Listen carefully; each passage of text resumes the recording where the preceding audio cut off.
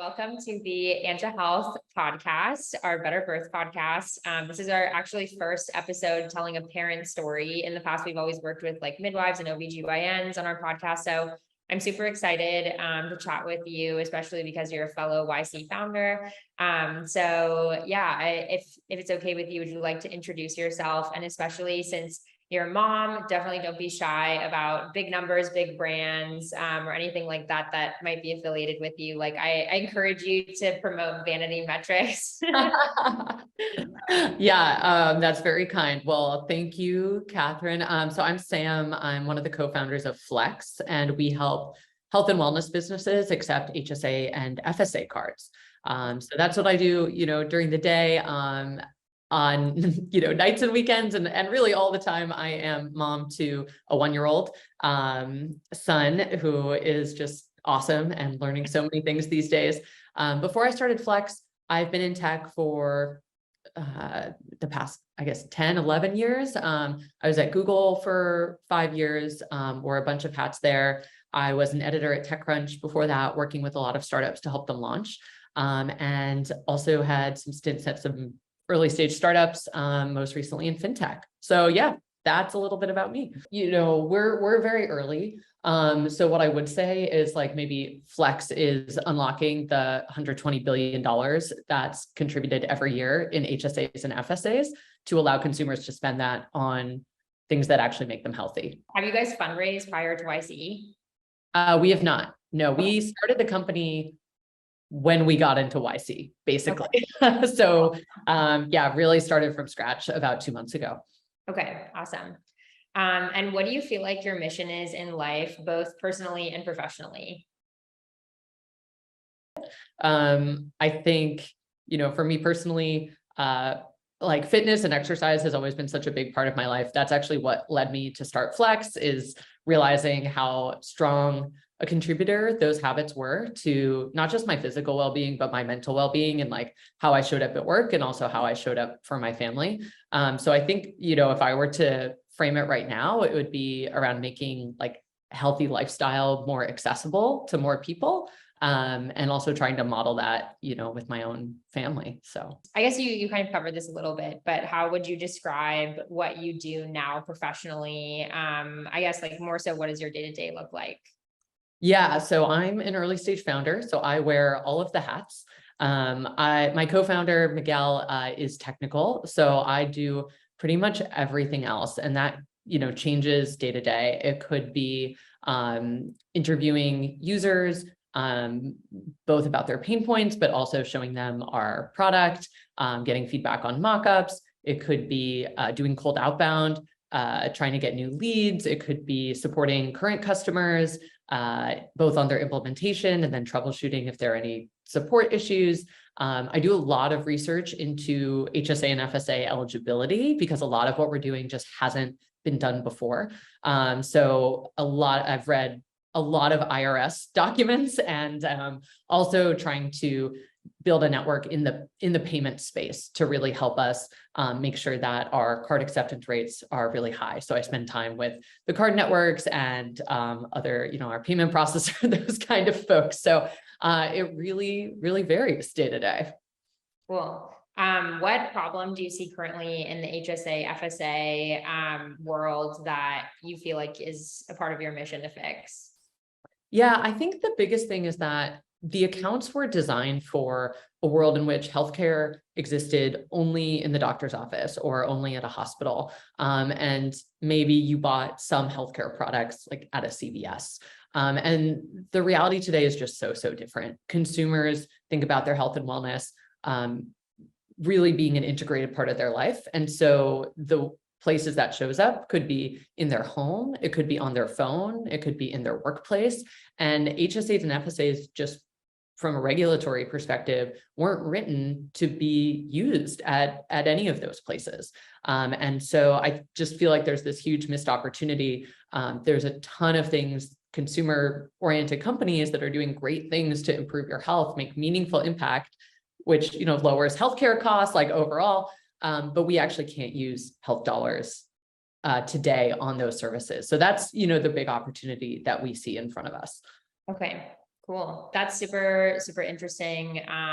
Yeah, just about your professional life. So now I also wanted to delve deeper into your birth story. And I think, I was personally really interested in doing this series because I don't think there's a lot of exposure. It's kind of like either you are a parent that talks about parenting, or you're like a founder that talks about tech and like company and business. But I kind of wanted to show like the two different sides that there can be. Like, even you were chatting about like how investors knowing that you might have a kid, could impact fundraising, which I feel like men like never feel that way. It's true. Yeah. Yeah. Yeah. So I wanted to kind of like shed some light on the fact that like, I feel like so many female founders especially live this kind of double life, if they're a parent. So yeah, so we'd love to chat about your birth story.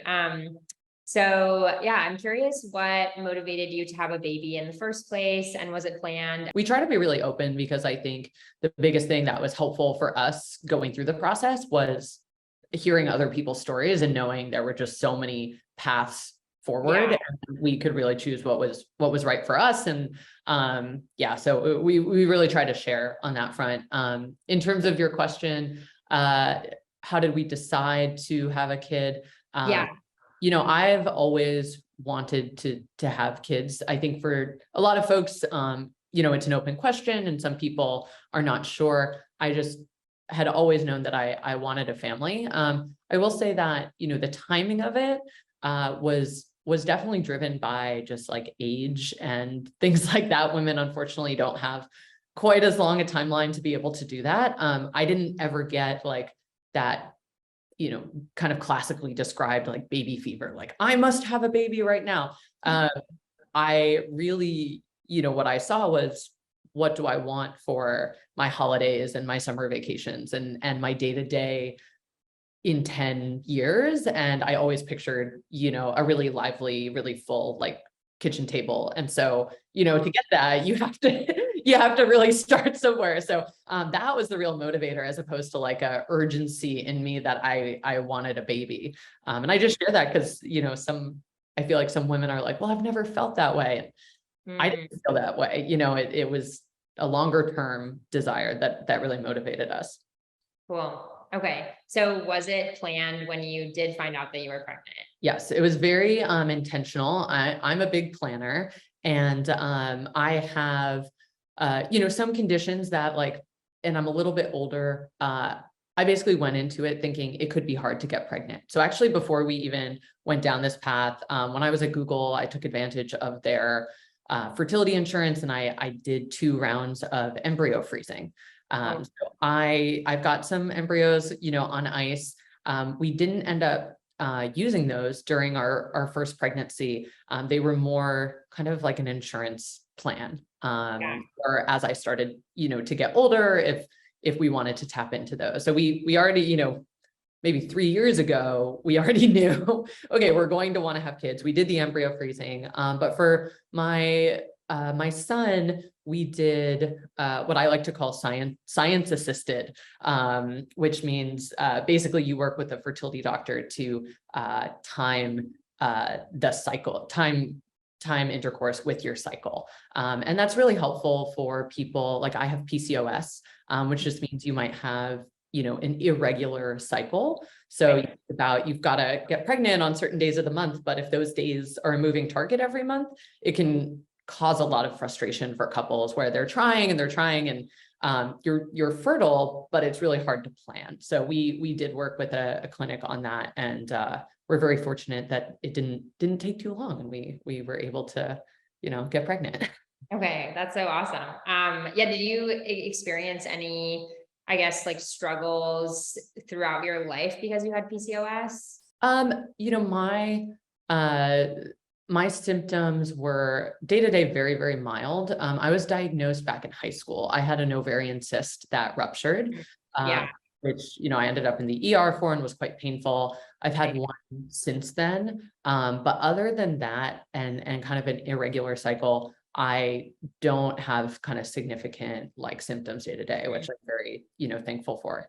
Okay, that's good. Yeah, actually, when I was in high school, I did a summer program, and my roommate, like I one day came home and she was literally on the floor, like crying in pain. And so I called 911 and it was because she had an ovarian cyst. But that was like my first like real exposure to a medical emergency. So yeah, I'll never forget that. And now I've done like quite a bit of research into it. And I feel like it's so much more common than people think. Like, isn't it like, I think 1 in 10 women have PCOS. Yeah, PCOS is super common. I don't know how common the ovarian cyst, but there's like, it's a syndrome. So there's like such a wide range of how it like presents and the symptoms that women have. But yeah, it's like fairly common. Okay. And then how old were you when you got pregnant? I was 34. Okay. Interesting. So just before geriatric. I know. And that was definitely a factor. I was like, oh, I got to get one in, under the, yeah, I think it's funny because so many of my friends, are having kids in their 30s, and that feels very normal. I think, especially in a place like San Francisco. But medically, once I hit 35, I became geriatric. So I think we should petition for a different name, on that front, but your risk just tends to go up a little bit. Yeah, it's interesting. I did a podcast episode this morning with an MFM based in LA, and he was telling me, like pretty much like just being in LA, like most parents that go to Cedars to see an OB who are pregnant are above the age of 35. He was saying his oldest patient was 52 and having a baby. So, okay, cool. So, how would you describe your family's structure, and how many folks would you consider a part of your family? So, obviously, my husband's a big part of it. So he's actually another founder as well. So, I feel like we have, a lot of logistics in our day to day. And then, we really consider our broader immediate families. They've been very, very involved, since my son has been born, and sadly, none of them are in the Bay Area. But they do, visit from out of state, like very often. We have visitors every single month. And so that's actually been, I feel like having a kid has brought that family closer together. Just everyone wants to see him, and it gives us a lot of good quality time. That's awesome. So how old is your son now? He's a year. He just turned 1 year. Wow. Cool. Do you want to have other kids in the future? Yeah, that's the plan. When exactly, TBD, but we're really happy with the first one. So okay, awesome. And I'm super honored that you used an Anja Health kit. If you wanted to chat a little bit about why you decided to get an Anja Health kit, and then also your experience with it. And then so my husband and I, we're both, engineers by training. Like, we're both really into science. So, we going into this process, I even called it like science assisted, right? It's like we approach pregnancy from a pretty like quantitative lens when we thought about risk and things like that. And so we did all the testing, we did everything. So for us, when we thought about cord blood banking and the potential impact of that, it's useful today for certain conditions, but the hope and we really buy into the idea that it will be much more useful in the future. And so, cord blood banking can be expensive. It definitely felt like a luxury to be able to do it, but we were kind of looking at ourselves being like, what else would we want to spend money on? Like, this could, in the very unlikely chance that we, have a disease in the family, this could save someone's life. So we decided to make that investment, and honestly came across you guys, probably through the YC network. I think maybe I had seen your launch, and I think the other companies in the space, honestly, the user experience was just not what we were looking for. I'm sure they are very credible and have great storage, but in terms of okay, I want to buy this, I want to know how it's shipped, it comes to me, everything was just very accessible. And you get a lot of data, there's a lot of new parts of being pregnant and delivering a baby. And so anytime someone can make something easy or accessible, and fast, okay, fill out this form and you're done, that is a huge plus. So I think that honestly, that was probably a driver, for why we went with you guys. Okay, that's awesome. I'm glad to hear. How was the process with the actual banking and pickup and everything like that? I can't speak to that super well because I had like just delivered. So I think like, and my husband was kind of in charge of this part because I was like, I'm going to be probably out of it. But I think, it was delivered on time, and I think we brought it, if I remember correctly, we brought it to the hospital. We had like our bag and we had our kit, and we told the doctors, I was induced. So it was like not a super hectic process getting to the hospital. We were there. We told them, okay, we have this. And then they just kind of took care of like packing everything up, and like we shipped it out. So I think from that perspective, it was also like very low lift on our end. Okay, awesome. Yeah, talking about just birth decisions in general and how you decided to have your birth, like I think it's interesting you mentioned induction. So yeah, how did you decide where to give your birth, and how did you structure your birth decisions and your birth plan? Yeah. So, where to give birth, we live in San Francisco, and so we delivered at UCSF Mission Bay. We live super actually close to that hospital. So that was a big driver, was convenience. But the other factor was, it was important to me, if something went wrong, that there was a really good NICU in the hospital. So I believe UCSF is like a level 4, and then the other one in the Bay Area is Stanford. In all likelihood, like we wouldn't need to use that. We didn't need to use that, but that was an important part of the factor, like for me to know that that was there. So that's where. And in terms of a birth plan, honestly, my plan was get the baby out healthily and if possible, minimize, pain on my end. And so I felt like I had heard these stories with women who, had a very specific plan. And then when they had to deviate that was really challenging for them and emotional. And I can totally see why. And so I very much went into it, being really open to be like, we're going to do whatever it takes to get the baby out healthily. And having never gone through labor, you don't know how your body's going to respond to various interventions or non-interventions. And so I went in kind of open. I think the one component that I was adamant about was that I wanted an epidural. And I told my husband that his only job during labor was to make sure I didn't, miss the window for an epidural. Yeah. That would be really nice. But what I really need is to make sure that I get that. And so I think that was the only part of labor that I would say I had a plan for, per se. Okay. It's kind of interesting because I've also read like articles or just birth stories in general where people do feel really adamantly about their birth plan. But I found that parents in tech actually felt like generally the opposite. Like I've had a lot of parents in tech that I've met at networking events, for instance. Like it'll be like a husband and his wife is 7 months pregnant or something, and then I'll ask them about their birth plan, and he's kind of like, I don't really know. And like, even if I have a call with their partner, like they're typically also like, yeah, we haven't really thought about it. Like, we'll just kind of figure it out. Like, I feel like founders are so inclined to just wait until they have to. Right. It's like, I'm going to wait until I have to make those decisions. Yeah. Right. And I think also there's a recognition that, if you're going to, I was going to UCSF, like I very much chose that hospital because I trust the professionals there and their guidance on what was going to keep me and the baby safe. I was just going to listen to. So some people have very strong preferences, around medication or around position or timing or any of those things, even the facility they give birth in.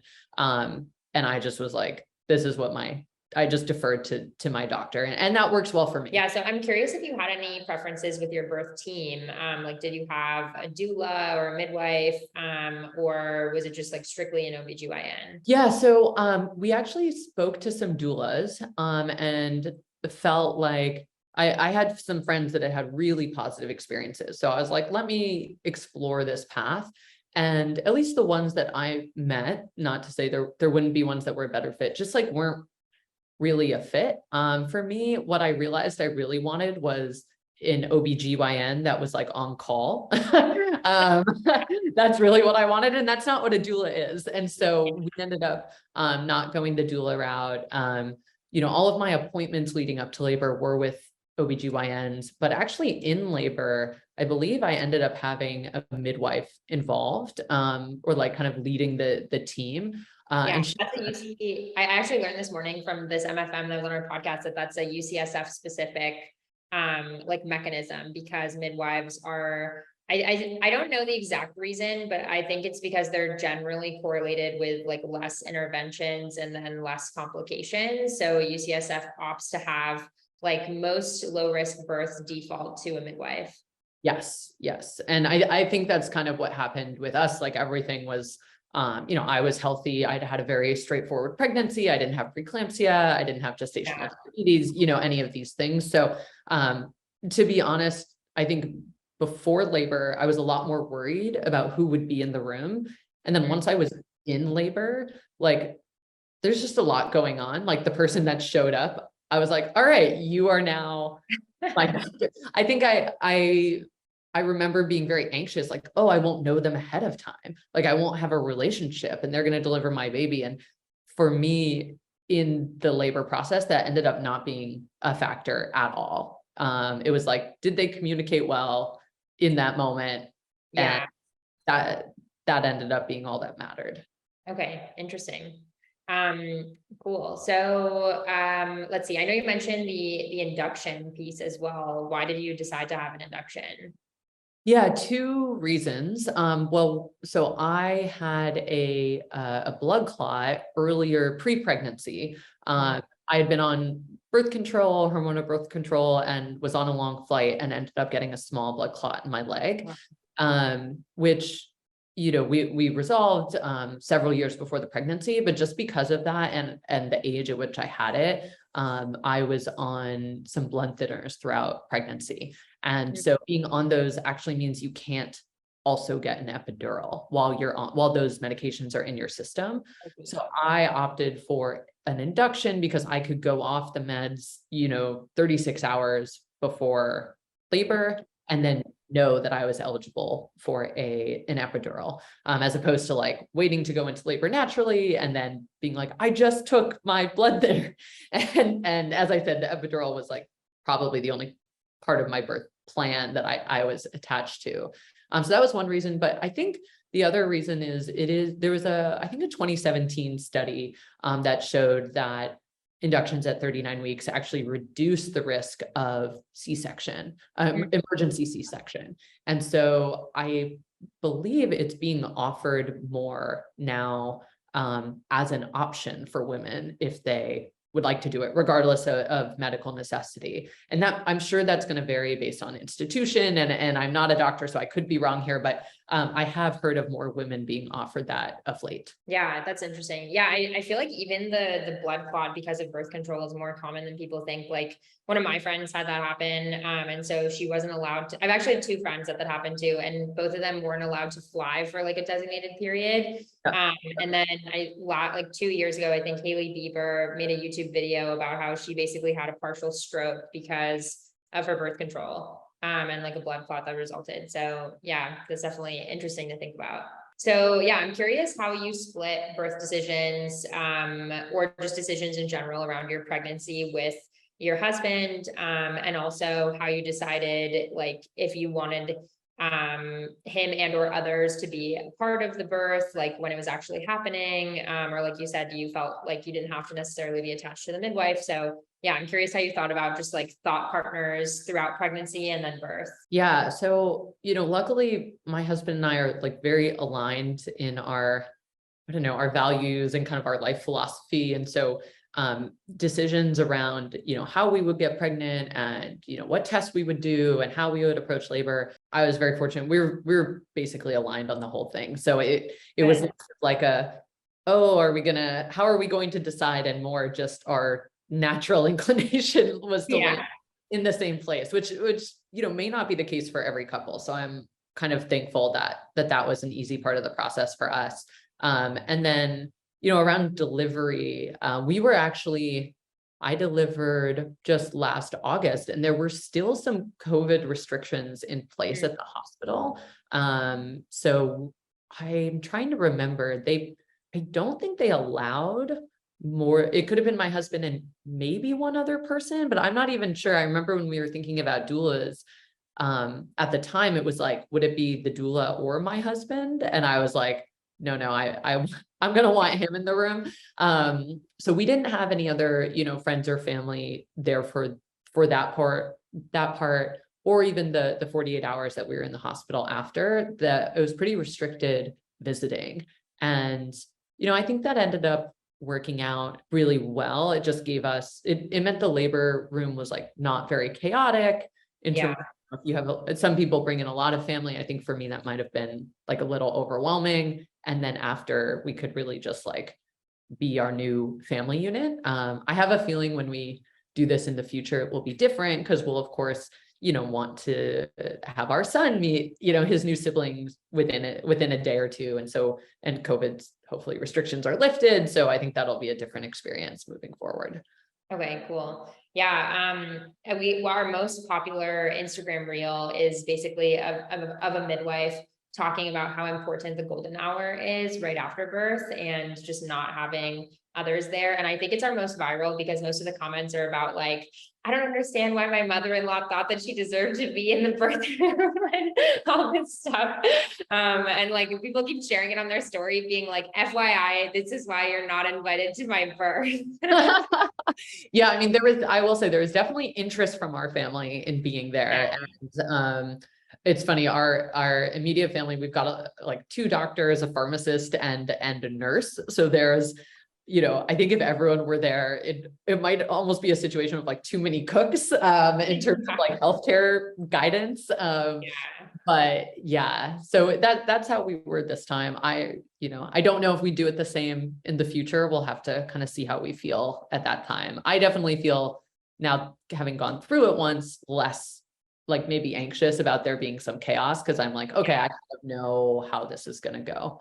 Right. Yeah. I'm curious how you thought about sort of relaxing during pregnancy or during birth rather, because I know like when I ask doulas and midwives, like what are the greatest ways to reduce the chances of complications? They're usually like, honestly, like the best way is to reduce anxiety in the birthing parent. So like they'll talk about like patients watching like Gilmore Girls or like whatever, just to like help them feel calm. So did you feel like birth overall was easy? And also with that, like what kind of coping mechanisms did you use to make you feel calm? I think the biggest thing I did was go in with very low expectations. Like I basically went in being like, this is going to be terrible. Like, like this is, I am pushing a person out of my body. Like, yeah, all of the bad things are going to happen. Like it's going to be painful. It's going to be ugly, all of these things. And so I think that I was, not that it was easy, but it was not as bad as my expectations. And so I honestly felt like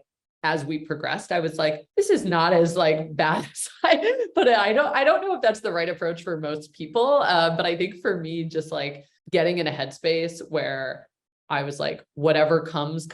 And like my expectation, I didn't go in thinking this is going to be some like beautiful, harmonious, like moment. Of course there are, like, it is amazing what you do, but it's also a physical feat. And so I just went in. I think that was the biggest thing that kept me kind of calm, and also like rolling with things as, some things changed, dosages changed, staff changes. I was just like, we're just gonna roll with it. So yeah, I think that was probably the best thing. The other thing was I kept exercising throughout pregnancy.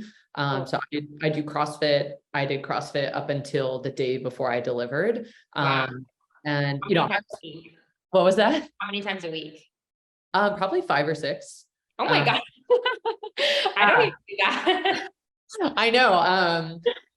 Yeah, as I said, it's been, I've been an athlete my whole life. So it was just kind of like a natural extension. And when I was pregnant, exercising actually like made me feel good. On days that I didn't exercise, that's when I tended to feel like bigger. I would feel more sore, those kind of things. And so I was definitely modifying things, and I was, using way less weight than I did. And there were certain exercises I didn't do, but I do think going into labor, like reasonably kind of fit and active. I viewed labor almost like kind of running a marathon. Like I thought about that week. I was like, okay, I've got to hydrate. I've got to like get enough food early in the week. Like my body is going to go through something really intense and I need to like prepare it for that. Yeah. And so I definitely approached labor like kind of like like a competitive athlete's mindset. I was like, let me Yeah. make sure my body is ready for this. And I think that helped my body handle it and hopefully made me a little bit more calm going in. Yeah. Okay. Interesting. I'm curious if you felt like your pregnancy was also sort of smooth. Like, did you run into any sort of unexpected symptoms or complications or like weird happenings? I mean, honestly, I think I had one of the easiest pregnancies of any of my friends. And Good. that's not to say there weren't, small things like, I got heartburn in the third trimester and yeah, I woke up in the middle of the night to pee like a lot. And those, I got like back acne during my first trimester, which I never had before. So there were definitely things that were different. I was uncomfortable some of the time, but compared with, the experiences, I have a lot of close friends that, really, really struggled, especially during the first trimester. I was fortunate not to have a lot of those symptoms. So yeah. That's awesome. That's really good. Cool. One of my questions was how you prepared for the week leading up to birth. I guess you kind of talked about that already, like with the marathon training and everything, but I ate, I slept. Yeah. Okay, cool. Well, another question that I had about your birth is what positions did you push in? Did you have like preferences there? Or, like what felt natural to you? And then a follow-up to that is, did you tear during birth? Yeah. So early in labor, I moved around a lot. So I was up, I was standing, I was walking, I was on like a ball, both because, I had been reading that can actually be really beneficial for the positioning. I think even the day before I checked into the hospital, like we went on like a 3-mile walk or something like that, just to I was like, let me just get things in position. So early in labor, I definitely was up and about, moving, that type of thing. Once I got the epidural, that wasn't as possible. And I actually lay on the bed using like a peanut, like a ball. Yeah. Yeah. A lot of doulas talk about like they're strong advocates for the peanut ball. Yeah. So I kind of lay with that. And I would flip over. They come to flip you like every 30 minutes with the epidural to make sure it's even. And that I think helped a lot. I progressed really well, in terms of dilation once I had the epidural and I was doing that.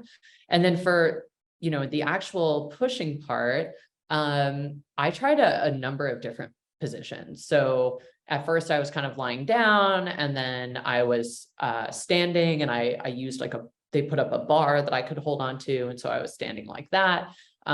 Those were the two main ones, but I was also on my side at one point. So they were, I felt good trying different positions and they were also encouraging me to do so to see if any would be more beneficial, I think, allow me to push harder. Yeah. Okay, cool. Was there anything that you wish you had done, or I guess like what position did you ultimately give birth in? I think kind of like the classic, like lying down, pushing thing. It was funny. My, the birth team that was there before, when I was fully dilated, before I started pushing, they said, let's do a practice push. And I was like, okay. And so I do a practice push and I don't really know what practice means. I guess it means you're going to push, but the baby's not going to come out. You're just going to do one. Yeah. They were kind of like assessing how I pushed, I think. And they said, oh, wow, this baby's going to be out soon. You know how to push, like, you know how to use the muscles. So no problem. And I think they actually said, are you good to wait for like 15 minutes? Because there was another woman in labor, like active, like the baby was coming out and the midwife had to go. And I was like, yeah, like I can wait 15 minutes. Like, this is fine. Like, I didn't feel that urgency, which you do get to a point where you feel that. And I was like, okay. So they went away, came back, and then I started pushing and I actually pushed for over 2 hours.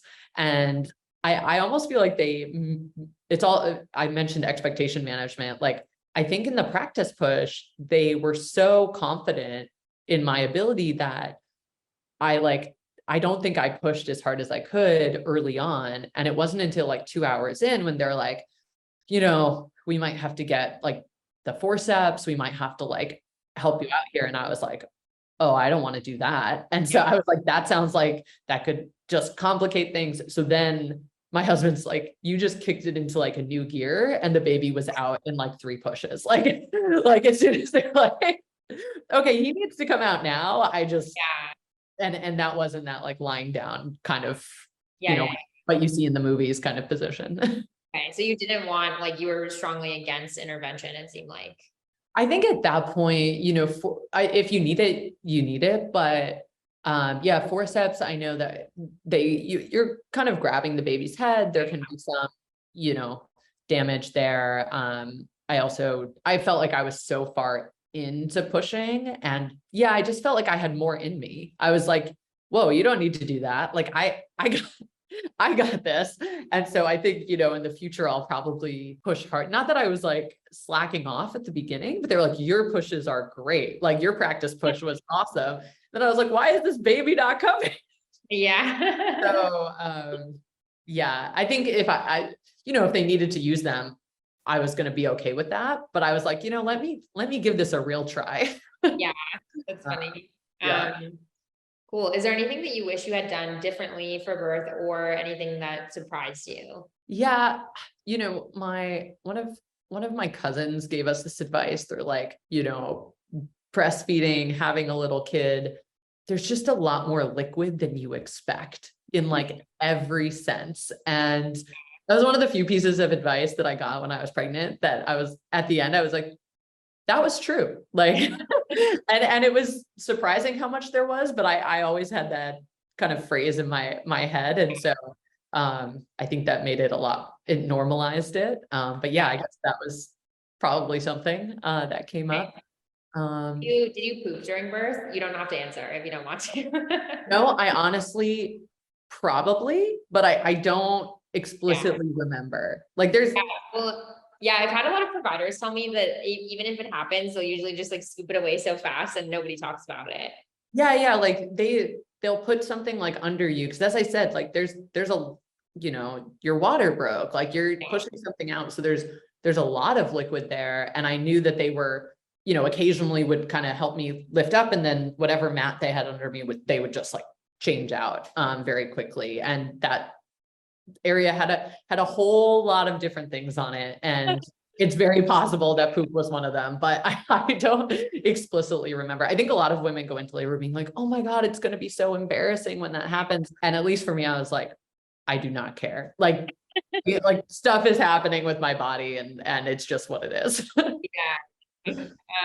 Okay, cool. Well, I'd love to move into sort of the postpartum, because I feel like this, especially, like, so many parents spend a lot of time reading into birth and pregnancy and just how to prepare. But I feel like people feel the least prepared for postpartum, at least from what I've gathered. So yeah, I'm curious what your typical routine was like after birth, and how did you go about finding a routine, especially when it comes to like breastfeeding with your son and everything like that. Yeah. So we had a lot of family that came to visit right after birth, which was really, really helpful. And I think one of the things I did, just anticipating how chaotic and like sleep deprived that time might be, is I was really explicit with them that this was not a visit. They were there to help, and they could obviously see the baby, but like, and so far as to like, I don't think they actually ended up using this, but I put together a Google Doc that had like, here's our standard grocery order. Here are the places we like to order from, and like our order, like, and like, I think the Google Doc is, you're like, if you're asking how to help, here are 5 things you can do. And it was like, don't feel like, what should I do? Cause then I have to, take on the mental load of like kind of directing, people. And that I really wanted to just have off my plate for a couple of weeks. And so, big thank you to our family. Like they took that in stride. And my mom came first, and her thing was like, she just cooked all of our meals. She did laundry, she obviously like held the baby and like really like valued that time. But honestly, she was mostly there, like supporting me and my husband, and like just keeping the house going. And then my in-laws came after that. And then my sister came after that. And so I think we had like over a month of people in the house, like providing that support. So that was really helpful. But I would definitely encourage people, because I know hosting guests can be a lot, or like people come to visit and you feel like you have to, care for them, plan meals for them. And so I was just almost probably to a point where it was a little rude, was like very explicit ahead of time about what the expectations were when they visited. That was a huge piece of it. That's awesome. Yeah. Like I've spoken with doulas who like postpartum doulas specifically, they always instruct family members, like if you're coming, they have a chore wheel and they're like, you better like do a load of laundry or like bring a frozen meal for multiple days, or like you're not here to just like hold the baby, like you better be doing something. You're here to work. Yeah. So that was a big part of it. The other thing to, just be transparent, we had a night nanny. Starting when did they start? A few days after birth. And she came in 6 days a week. And she would come from 10 p.m. to 6 a.m. And that was life-changing, like super, privileged position to be able to afford that. It's very expensive.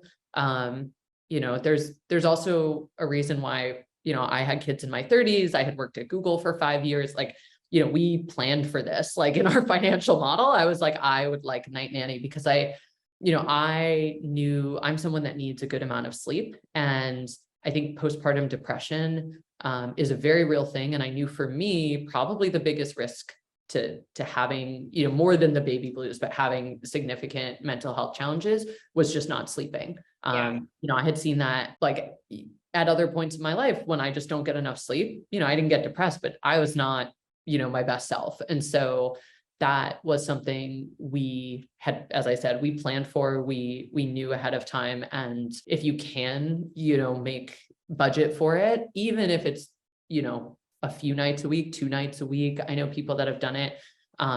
It was like hugely helpful. And so, that I just want to be transparent that like, that was a big part of us having such a positive experience early on was, my husband was getting like, he's a founder. So like he was getting like, he was on pat leave. We took it at the same time and he was getting like 7 hours of sleep a night. And like someone was doing all the cooking and like, and he was there supporting me with the baby, but like he was in great shape. To your question about breastfeeding, for about the first 2 weeks, I did wake up at night and nurse. And then once kind of my supply came fully in, I started pumping. So probably, about 2 weeks after I delivered, I would, was able to pump enough milk. I would make a bottle and leave it for the night nanny. So she did that middle of the night feeding. So I was able to get like a 6-hour stretch starting pretty early on. And I think that made a huge difference. Okay, cool. So what would the night nanny typically do? Just do nighttime feedings and things like that? Yeah, I mean, that was kind of my question. I was like, well, what are they doing? I think babies at that time are still, they don't know how to self-soothe. So a lot of times they might wake up a little bit and need, a little bit of like rocking to go back to sleep. They might be pooping or peeing in the night. Our son was like very sensitive about having a wet diaper. So sometimes he wasn't hungry, but he just needed to be changed and she could do that and put that back down. And so you think about, like, even though I got up to nursing is only one part of the thing. When you wake up at night, you get the kid, you nurse, then you've got to, sometimes you have to change them, then you have to soothe them back to sleep. So even if you're only nursing for 20 minutes, if you're doing all the other things, you might be up for 45. And that just, takes, every minute is precious. And luckily I fell back asleep pretty easily, but I know some women, they're up for 45 minutes. They're like, now I'm up. And that transition is hard. So she was really great about that. Just kind of all, I think also as first-time parents, you're very anxious and that kind of thing. Our night nanny I think she sent us a list of references going back to the 90s. Like, and she had 4 kids. Like, I just felt, I had no anxiety having her, and she was in the room with my son and we were in the next room. And so we didn't have like the sound monitor on. And so I really felt like I could just sleep deeply. And I think a lot of parents, even if they're not in the room, they're hearing all those little noises your baby makes, and you're awake and you're looking at them on the monitor and you're going in to check. And so even if you're not feeding them, your sleep is very disrupted. And so that allowed us to really like actually sleep when it's nighttime. Okay, that's awesome. How did you sort of like split your routine with your husband and yeah, I was just trying to think about like, it's kind of funny whenever I make dad content on TikTok, like it does go viral, but I typically don't get a lot of comments. There's a lot of shares because I think it's moms seeing it and sharing it with dads. And I've tried to get dads to engage in the comments. I'll be like, if you're a dad, like comment a blue emoji or whatever. But I think, yeah, dads in general are just like shy is the sense that I get, and they just don't even know how to be helpful. So like, how do you think your husband was best helpful, and how did that impact your routine? Yeah, I think, I mean, one, my husband is just like, I think I'm pretty even keel, like emotionally, but he's even more so than I am. And I think around pregnancy, I did definitely get a little bit more highs and lows than is my norm. Mostly like right at the end or like immediately postpartum. And so he just being like that even keel person, just, was so helpful. He did, I think, every diaper for like the first some number of weeks. Like, I don't think I changed a diaper for at least 3 weeks or something. And so, because I was doing all the nursing, he felt like, okay, what's a task that I can like wholly own?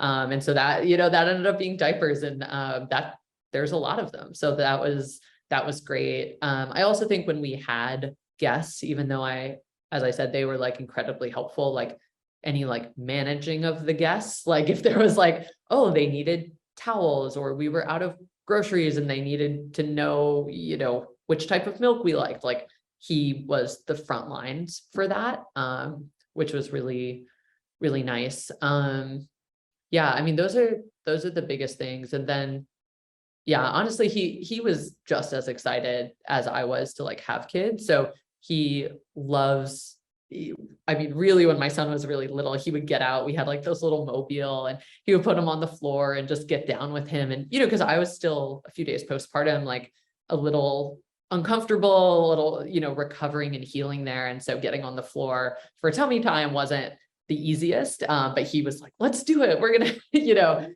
do this activity. So that was just really sweet. And it made me like very excited for all the things to come. Yeah, that's awesome. Yeah, I'm curious if you toured during birth, and then how did you think about like healing postpartum, or how did you like help prepare and take care of yourself? Like, I feel like that's also seems like a leading cause of postpartum depression, is I feel like people just kind of let go of their own routine. Yeah. So, I did tear during birth. I had 2nd-degree tears. So I think that's like you tore, but it's not the worst. Like, I think it goes up to 4th degree. So I did have stitches. The, recovery, I was fortunate, like I could definitely tell that I like had stitches. There was a tightness that existed, but I wasn't in a lot of pain.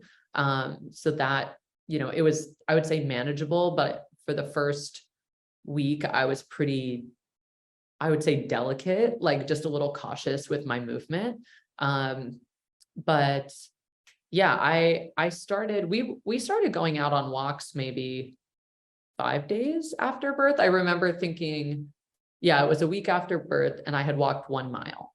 That was like my distance. And then 2 weeks after birth, I'd walked 2 miles, 3 Wow. weeks, 3 miles. And I was very like, measured. So I, wore my Apple Watch, and we would go out with our family, and I'd be like, we are a half mile from home. I need to turn around now. And, and I would do that for, every other day or something, and then like see how my body felt. And then I'd be like, okay, now I will add an additional 0.25 or an additional 0.5, and did that very gradually for the first 4 or 5 weeks. At 5 weeks, I started like an online program for like core engagement. Like floor therapy.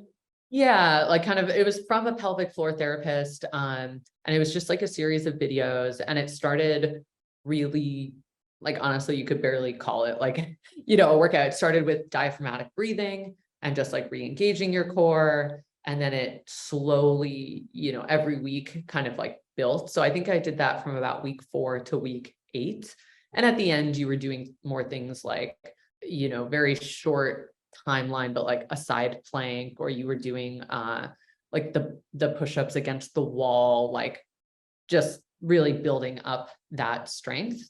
And then, yeah, I actually went back to CrossFit at about 10 weeks. Okay. But again, very modified. I was going to class, but I would just do like either no weight or very low weight. There were certain exercises, like I didn't jump rope is a big part. I was like, I'm not jumping rope, I'm not running yet. But for me, part of that self-care is like getting into that routine. Our gym is outdoors, so it got me outside for an hour a day. We're friends with a lot of people at our gym, so that was like a social element. And then I was moving my body as well. So I think all of those things were, important. Like, yeah, move your body, see people, and get outside. And I could kind of like condense that into, one activity. Yeah. So since your son is now 1 year old, I also wanted to chat a little bit about parenting tactics. Is your son like speaking? He has some words. He has Okay. like mama, dada, but otherwise it's like mostly sounds. Oh, he has truck. He's very into trucks. Okay. But yeah, otherwise it's just mostly sounds. Okay, cool. So do you feel like you've already started to sort of engage in parenting? Like, do you find that you're like creating boundaries and stuff like that? Yeah, honestly, I think we started like much sooner. Like I had this vision when before I had kids, I thought, oh, you kind of just have this like sack that you carry around for like a year. And then it starts to, get really interesting. But I think my husband and I were both super surprised at, even within, a week or two of birth, like, as I mentioned, like tummy time, or, we got those like black and white cards and he could follow them. And he's just like it's so amazing watching like someone learn how to use their body and understand language. So Yeah. yeah, we feel like parenting started much sooner. Just the nature of it changed. First it was like, let's keep him alive and gaining weight. And now it's transition. Then we went through the mobility phase, crawling and walking. And now we're more at the language phase. And so, Okay, yeah, cool. trying to support the development in those areas, I guess. Okay, that's awesome. Yeah. Cool. Well, yeah, I'm curious how you think about just like parenting philosophies in general, how you formed your own.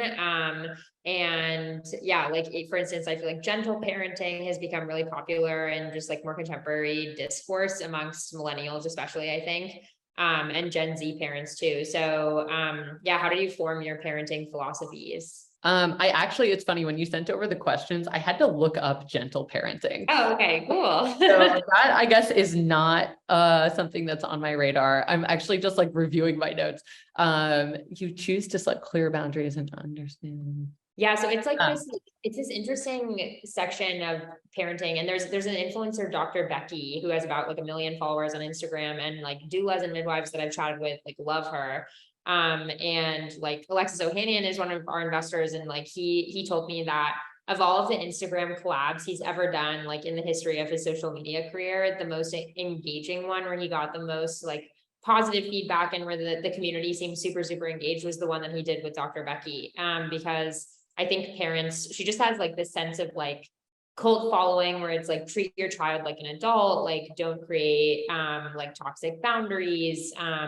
Oh, I see. Yeah, I will say, I read a couple of books before I delivered. And then once we got in it, and got busy, it's kind of learn as you go. But I think that the one kind of philosophy that my husband and I looked a lot into is Montessori. And it sounds like there's some similar underpinnings that you kind of recognize the child as like a whole person, and, recognize that if they are, being fussy, or if they are frustrated or angry, like there's actually a reason behind that, and that they're just, not able to express that in the way that, an adult would. And so meeting them where they are and helping them like navigate that.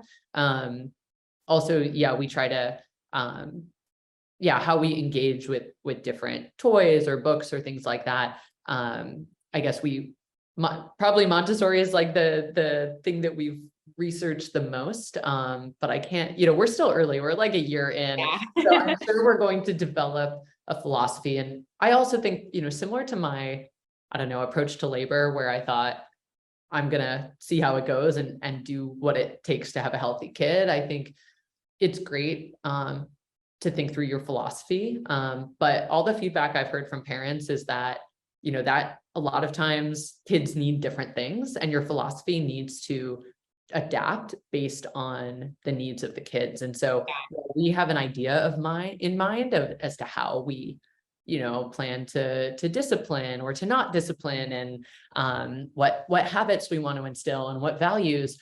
How that actually happens, I think, is going to vary depending on like the person that comes out, and how they respond to that. And so I think we're just kind of open to learning as we go.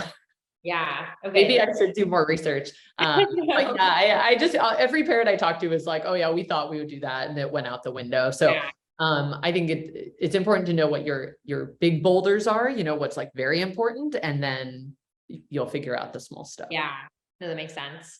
How did you define your routine with your son, especially given like a demanding professional life? Yeah. I actually thought of something for the previous question. Yeah. We did read, so I'm a big Emily Oster fan. Okay. She's big into data, and right around when I delivered, she wrote The Family Firm, which actually had a lot of parallels, we thought, to company building. Like, it talked about, okay, what are there's kind of like in parenting can be death by 1,000 cuts. You're making these little decisions and these interactions every day. So instead of trying to make these kind of micro decisions, align as a family on like, what are your values and what are your goals as a family, kind of as a company. What is your mission? And then what are your operating principles? What's your mission? What are your values? And then how do those manifest every day? And what are some habits or routines you can build in to reinforce those values? So that is actually a discussion my husband and I had, like, what are our family values? And there's obviously no right answer here. For some people, it can be, though it's kind of frowned upon now. Some families are, about achievement. Other families are about, we want our kids to be independent. Others are that we prioritize creativity, whatever works for your family, that, set your kind of high level mission and then the values you want to instill. And then we even talked about like, okay, like what would a Friday night when our kids are like 3 and 5 look like? And how does that tie into the values we're trying to instill? So does that mean we're playing board games? Does that mean we're all reading books together? Does that mean we're watching a movie or we're cooking together? Like, and how does that tie into the values we have as a family? So I guess it's not exactly a parenting philosophy, but we did really find that helpful as a framework. And I think it's something that's good. I'm sure before we have another kid in the future, it'll be good to like revisit that and say, are those still the things we believe are most important? How are we do we feel like we actually live in a way that, our kids will grow up with these values and adjust from there. So. Okay. Yeah, that's super interesting. Yeah. Cause I feel like my family growing up, I grew up with a single mom basically, and she was always working. So like, I honestly rarely had like family dinners, but I know like I have some friends that's really important to them. And so I feel like to me, like I've always thought about in the future, like that would be something really important to me, is just the concept of like family dinners, because I feel like I lacked that as a kid. So that's a good like first principles thinking. It's really start from there. And the great thing is you get to choose. So some people want to emulate what they had as a kid. Some people want to do something totally different. And, and if you have a partner, you guys get to decide. And it also, I think, is important to know, like, it doesn't have to be static. At least I don't think so. Your lives change. You learn a lot. Your kids evolve. And so what was important to you 1 year, 3 years later may not be at the top of that list. But I do think starting from a place where you're intentional about it as much as you can be, it can be really helpful. But again, we're like 1 year in. So, talk to 5 years, I'll be like, yeah, we didn't do any of that. But that's how we set out to do Yeah. that. It would be really cool, I feel like, when your son is older to listen to this, if like, Yeah. if Spotify and podcast is still even a thing. Yeah. Yeah. Okay, cool. Well, I know we can wrap up soon, but my last question would just be, yeah, how do you balance having a demanding professional life and also having a kid, and kind of unifying like how I see like the double life of especially like female founders, and parents? I think a lot of people think, having a family and a demanding career don't go together. Yeah. And it's definitely, challenging. Just there are only so many hours in the day. But for me, and again, we're very early in this process, but my company is very early. My son is very young. So I can't say that I have all this wisdom, but I will say it's really helped me prioritize what's important. It's a very short list of things. And, it's my family and time with my son, and then it's my business, and then it's, staying like fairly healthy. So it's like getting enough sleep and like trying to exercise on occasion, and making sure I can do numbers 1 and 2 well. And so I think as a founder, it can be really, there's always so much to do, and it's easy to get pulled in all these directions. And I think having those constraints and knowing like, I have to be home at 5:30 to relieve the nanny, really focuses you. And it also makes you say no to a lot of things that are a waste of time, like Yeah. coffee chats when you're not fundraising, or like happy hours to network. It's like, that's a hard no, like, it's like, it has to be a really high value thing. And so I like to think that it actually, makes me a potentially better founder, Yeah. because I am really ruthless about prioritizing my time. And, it also means that I know that when I'm with my son, like, these are my hours, like 5:30 to 7:30 at night. And like, whenever he wakes up, which is sometime between 6 and 7 in the morning until about 8:15, like those are our hours during the week. And when I'm with him, I'm not on my phone, I'm not anywhere else, like I'm really engaged. And so I think I've erred much more on like a quality versus quantity side. And, so far that like seems to be working. And that's not to say that happens every single day. Like I'm in YC, sometimes we have evening events. And so that's a choice that I make to be away from home those nights. And it also means, my husband and I, we have to coordinate. So like on Sundays, we go through the week and we're like, okay, I have an evening event Thursday. Are you home? And he's like, yeah, I'm home. Okay. He has an early call Tuesday morning. So it's like, I'm on solo kid duty, and we just try to make sure that those times don't overlap. And, we're very fortunate. We have a wonderful nanny, and sometimes she can help us fill those gaps, or we have family that visits. But for the most part, we're pretty protective of that time during the week.